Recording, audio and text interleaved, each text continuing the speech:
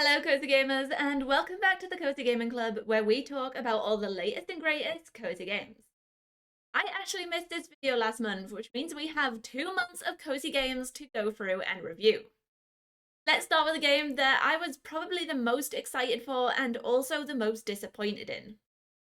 I have a brown thumb. It's something that I'm really embarrassed of, and despite my dad's many attempts and many gifted plants, I cannot shake it. Everything just dies.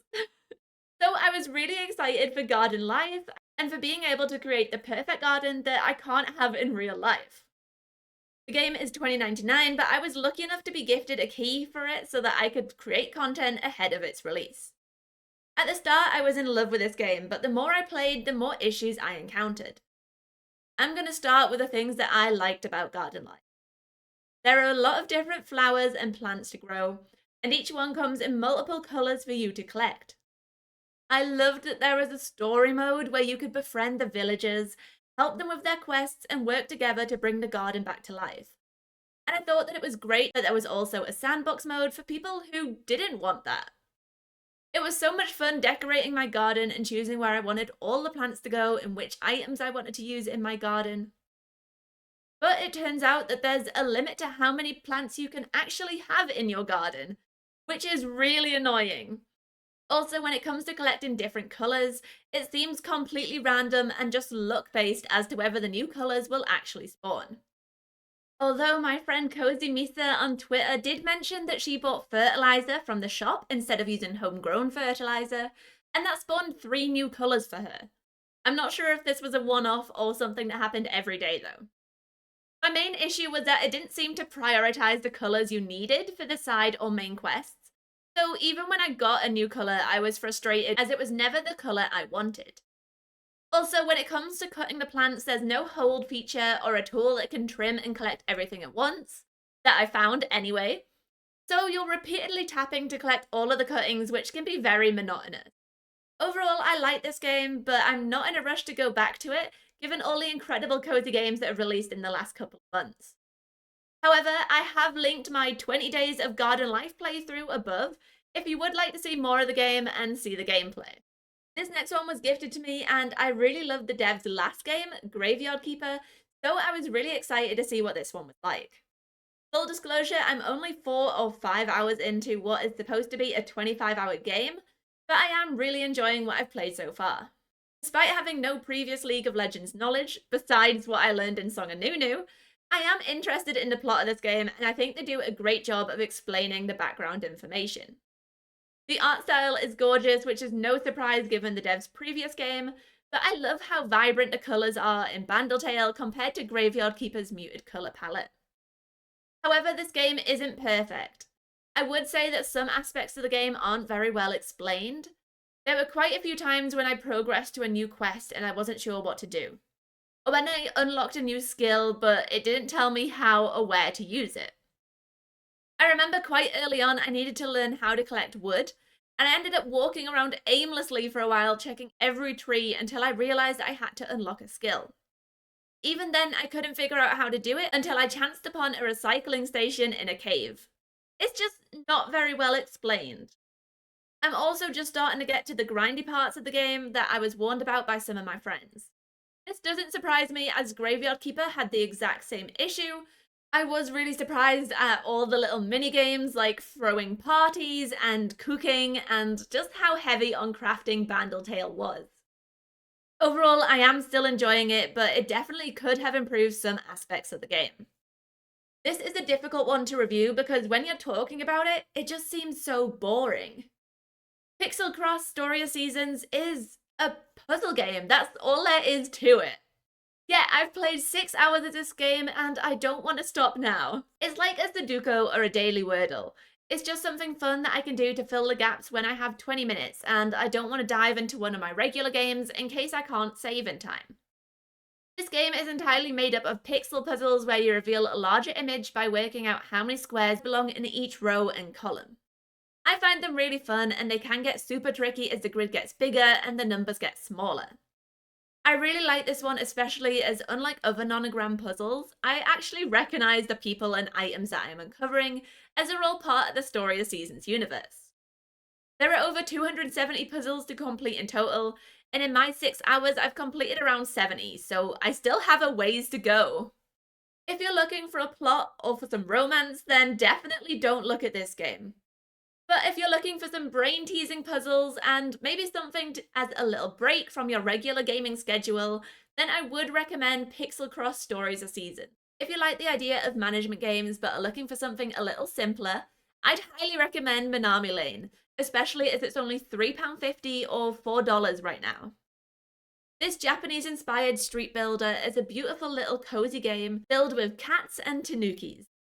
The aim of the game is to move through 5 levels, completing missions and optional goals that involve raising your street happiness, finding perfect recipes, and opening new stores. But don't worry, as none of the challenges are too difficult. In fact, I was able to complete them all first time in one playthrough. As your residents move into Minami Lane and explore the streets you've built, they'll leave you feedback on how they think you can further improve it. Whether that's changing a boba recipe or adding a new genre to your bookshop. There's also a sandbox mode available too if you want to continue building without the stress of objectives. Overall, it's a wonderful, chill management game, and while it only takes a few hours to complete, it's definitely more than worth it. Next is a really weird one because this is a DLC for a popular game that released back in 2021. Eastward Octopia released in January and adds a whole new game that's completely separate from the original Eastward. So much so that you don't even have to have played Eastward in order to play this one. I know that because I haven't. While I really couldn't get into Eastward, I have really enjoyed the Eastward Octopia DLC. Set in an alternative universe, Eastward Octopia starts the same way as most farming games. Sam and John have just bought a small homestead to start their new life, and at first there's not really anyone else around. But as you work on your farm and start improving Octopia, the abandoned amusement park, new residents start to move in and you slowly bring this rundown town back to life. Mechanics in this game were a nice change as well. I really loved the fishing minigame. It wasn't too complicated nor too simple, and it didn't take up a lot of time either. I also found it so cute that Sam immediately plants the seeds after John tills the ground. I love that they work together. Although I will say that having to cook every dish individually is a little frustrating, I would prefer a way to bulk cook recipes, as cooking is one of the easiest ways to make money, and it does get so annoying having to cook each one separately. You also need to make sure to cook and eat every day or you'll have really low energy. As it's a DLC for Eastward, the art is also beautiful, the music is great, and I just love the overall vibe. I would recommend this game, although it can be quite expensive if you don't already own the base game. It's only £5 if you do, but the bundle for both is nearly £25. If this is the case and you don't intend on playing the base game, then other farming games may end up being more attractive for you given the price. I was also excited for this next one, as it was described as a Papers, Please-like with a lot more humour, which sounded perfect to me. The gameplay is very similar to Papers, Please. You are essentially evaluating the honesty and sometimes sanity of the various travellers coming to your desk for entry. Rather than a handful of papers though, you'll instead have an arsenal of tools at your disposal, like truth spray and a bullwhip. Every traveller interaction has a rating out of 4, and the little description does give hints as to what you may have missed if you did score less than 4 stars. One of my favourite things is that at the end of the day, you sort of get a where they are now for every character who came to your desk that day. And these were really funny. Honestly, the writers of this game did an incredible job. The narrative in Lil Guardsman is incredible. The comedy is on point, and it's definitely one of the best things about this game. It's also fully voice acted, which is a really nice touch because there's a lot of reading to do. But besides the witty jokes, there's also a number of underlying plots to keep a track of in Lil Guardsman that are slightly less cozy. Between the Mage Uprising and the Goblin Liberation Army, there are a few darker elements at play that come to a conclusion in the final few chapters of the game. I would say that while this was interesting, it wasn't what I was expecting when I started playing, and I also wasn't very good at it. Besides the gameplay and narrative, the art is also incredible, and the game has great music and sound effects to round it out. It really is a tremendous experience that I was enjoying until I reached the political drama towards the end. If you want to find out more about this game, you can read my full review, which I've linked above. I've recently discovered a love for management games, and so it should be no surprise that News Tower was one of my favourite games this month. While it's slightly less cozy in terms of topics, I found it super relaxing managing all the different aspects of my paper.